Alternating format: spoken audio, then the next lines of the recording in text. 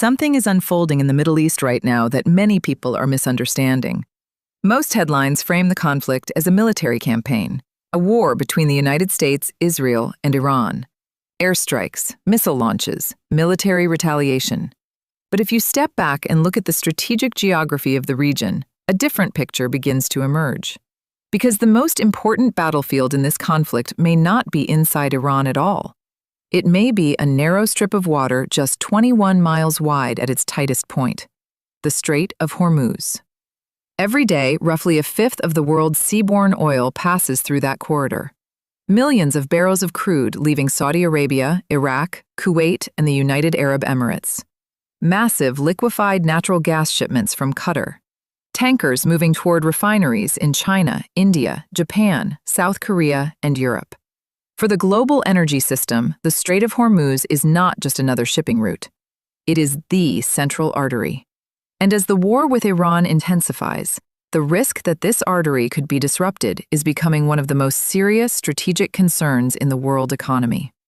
This does not mean the strait is closed. It is not. Oil is still moving. Ships are still transiting. But the risks around that corridor are rising, and that matters enormously.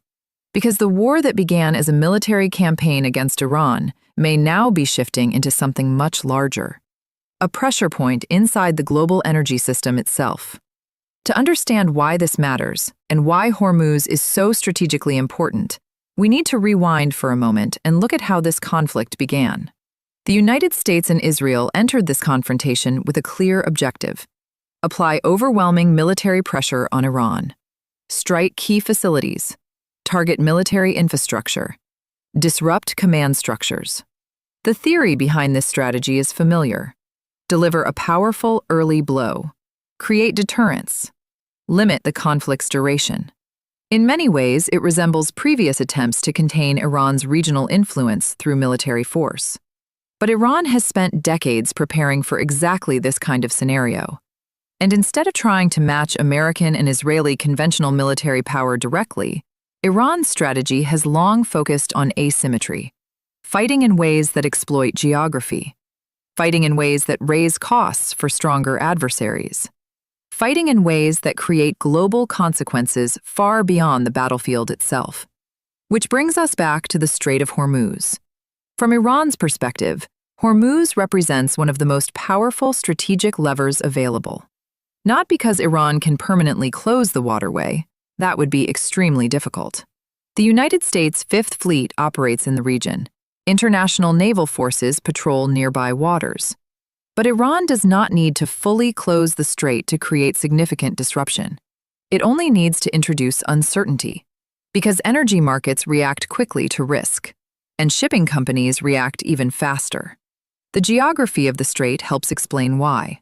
At its narrowest point, the Strait of Hormuz is only about 21 miles wide. The designated shipping lanes inside it are even narrower. Tankers must move through clearly defined traffic corridors, slowly, predictably, which means they are vulnerable. Iran has spent years building a naval strategy designed specifically for this environment. Rather than large surface ships, the Iranian Revolutionary Guard Navy relies heavily on smaller, faster, more agile systems. Fast attack boats capable of swarming larger vessels. Naval mines that can be deployed quietly and force costly clearance operations. Armed drones that can target shipping infrastructure. Anti-ship missiles positioned along the Iranian coastline. None of these tools require Iran to dominate the sea. They only need to create enough danger to change the risk calculations for commercial shipping. And that is where the economic dimension begins. When risks rise in a maritime chokepoint like Hormuz, the first reaction often comes from insurance markets. Marine insurers begin raising premiums for ships entering high-risk zones. Those insurance costs can increase dramatically during periods of tension. In extreme cases, insurers may require additional security guarantees or decline coverage entirely. When that happens, tanker operators face difficult decisions. Continue transiting the strait and absorb higher costs, or reroute vessels where possible. But rerouting is not simple in the Persian Gulf. For many exporters, there are few alternatives. Saudi Arabia does have pipelines that can move some oil to the Red Sea. The United Arab Emirates operates a pipeline that bypasses Hormuz. But the majority of Gulf oil exports still depend on that narrow passage. And for Asian economies in particular, that flow is essential. China, India, Japan, and South Korea import enormous volumes of Gulf crude. Disruptions, even temporary ones, can ripple quickly into global energy markets. Liquefied natural gas is also part of the equation. Qatar, one of the world's largest LNG exporters, ships most of its cargoes through the same corridor. Those shipments power electricity grids across Asia and Europe, which means a sustained disruption would affect not only oil prices, but also natural gas markets. And this is why even small incidents in Hormuz tend to have outsized psychological impact. Energy markets price risk, not just physical shortages. The mere possibility of supply disruption can move prices. Over the past several days, traders have been watching developments in the Gulf extremely closely. Not because the strait is closed, but because it represents a potential escalation point. The pressure point where military conflict intersects with the global economy. Now step back for a moment, because the strategic logic here matters. The war began as an attempt to weaken Iran's military capabilities. But Iran's most powerful countermove may not be military in the traditional sense. Instead, it may involve shifting the battlefield toward global energy infrastructure, toward shipping routes, toward supply chains, toward economic pressure. That is a very different kind of confrontation, and we have seen versions of this strategy before. During the 1980s Iran-Iraq War, the region experienced what became known as the Tanker War. Both sides targeted oil shipping in the Gulf. Insurance costs soared. Naval escorts became necessary. The United States eventually intervened to protect tanker traffic. The lesson from that period was clear. Even limited attacks on commercial shipping can disrupt energy markets dramatically. Today, the global economy is even more interconnected. Oil demand remains high. Energy supply chains stretch across continents. And geopolitical risk travels instantly through financial markets, which means the consequences of instability around Hormuz could extend far beyond the Middle East. But the story does not stop at the strait itself, because conflicts in the Middle East rarely stay contained within one battlefield. They tend to spread outward through networks of alliances, proxy forces, and regional rivalries. And that is beginning to happen here as well. Across the region, tensions are rising on multiple fronts. Israel has expanded air operations against targets linked to Iranian forces. Militant groups aligned with Iran in Lebanon and Iraq have increased activity.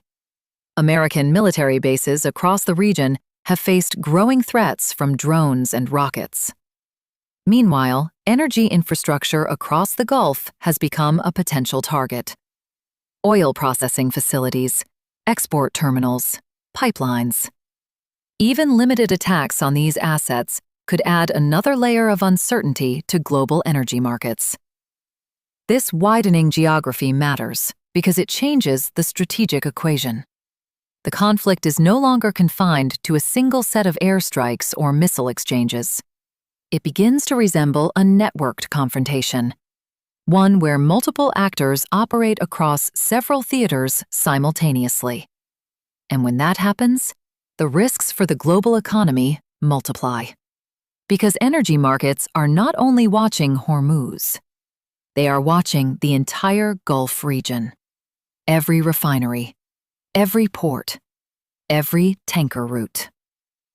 Now widen the lens even further, because this conflict is also reshaping the global energy chessboard. Higher oil prices create winners and losers. Some countries suffer from higher energy costs. Others benefit from rising export revenues. Russia, for example, has a direct interest in elevated oil prices. Higher global prices increase the value of Russian crude exports. China, meanwhile, often adapts quickly to shifting energy markets. Chinese refiners have experienced purchasing discounted oil during periods of geopolitical disruption. For Europe, the situation is more complicated. After the disruption of Russian gas supplies in recent years, many European economies remain sensitive to energy price volatility. Another surge in oil and LNG prices would place additional pressure on inflation and industrial costs. For emerging economies, the impact could be even more severe. Many developing countries rely heavily on imported energy. Sharp price increases can weaken currencies, strain government budgets, and raise domestic fuel prices. So what begins as a regional military conflict can quickly become a global economic shock. And this is why financial markets are watching developments so closely. Oil traders monitor shipping data. Insurance markets assess risk. Central banks evaluate inflation implications. Investors analyze geopolitical scenarios. All of these systems are connected to a narrow waterway just a few dozen miles across. Which brings us back to the question of what happens next. At this moment, two broad paths appear possible. The first path involves containment. Under this scenario, tensions remain high, but direct disruption of shipping stays limited.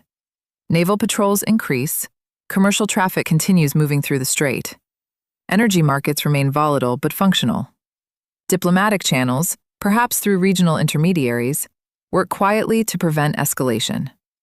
In this scenario, the Strait of Hormuz remains a pressure point, but not an active battlefield. The second path involves escalation. More incidents involving commercial vessels, more attempts to threaten shipping, more aggressive naval activity from multiple sides. Insurance costs climb. Shipping companies reconsider routes. Energy markets react more sharply. If that dynamic continues long enough, governments may intervene more directly to secure the corridor. Naval escorts could expand, military presence could increase, and the conflict would shift further toward maritime confrontation. In the most extreme scenario, even a partial disruption of traffic through Hormuz could remove millions of barrels of oil from global markets. That kind of shock would likely send prices sharply higher. Governments might release strategic reserves. Central banks might face renewed inflation pressure. Global economic forecasts could shift almost overnight. But again, it is important to emphasize that none of this has happened yet. The strait remains open. Oil is still flowing. Shipping continues. What the world is watching right now is not a closure. It is a rising level of risk. And in global energy markets, risk alone can move prices. Which brings us back to the deeper contradiction at the center of this crisis. The war began as a military campaign designed to weaken Iran. But the most powerful effects of the conflict may emerge in the economic domain instead. In oil markets, in shipping lanes, in insurance markets, in inflation data, in the everyday cost of energy around the world. The Strait of Hormuz sits at the intersection of all those forces, which is why policymakers, traders, and security analysts are watching it so closely. Not because it is closed, but because even the possibility of disruption can reshape global economic expectations. And that leaves three questions hanging over this story. If tensions continue rising, how much disruption would it actually take to push energy prices sharply higher? Can naval patrols and international pressure keep shipping moving safely through the world's most important oil chokepoint? And if the conflict continues expanding beyond Iran's borders, will the global energy system become the next battlefield? Leave your thoughts in the comments. And if you want deeper analysis on the geopolitical forces shaping markets and global stability, make sure you subscribe. Because this story, and its consequences for the global economy, is still unfolding.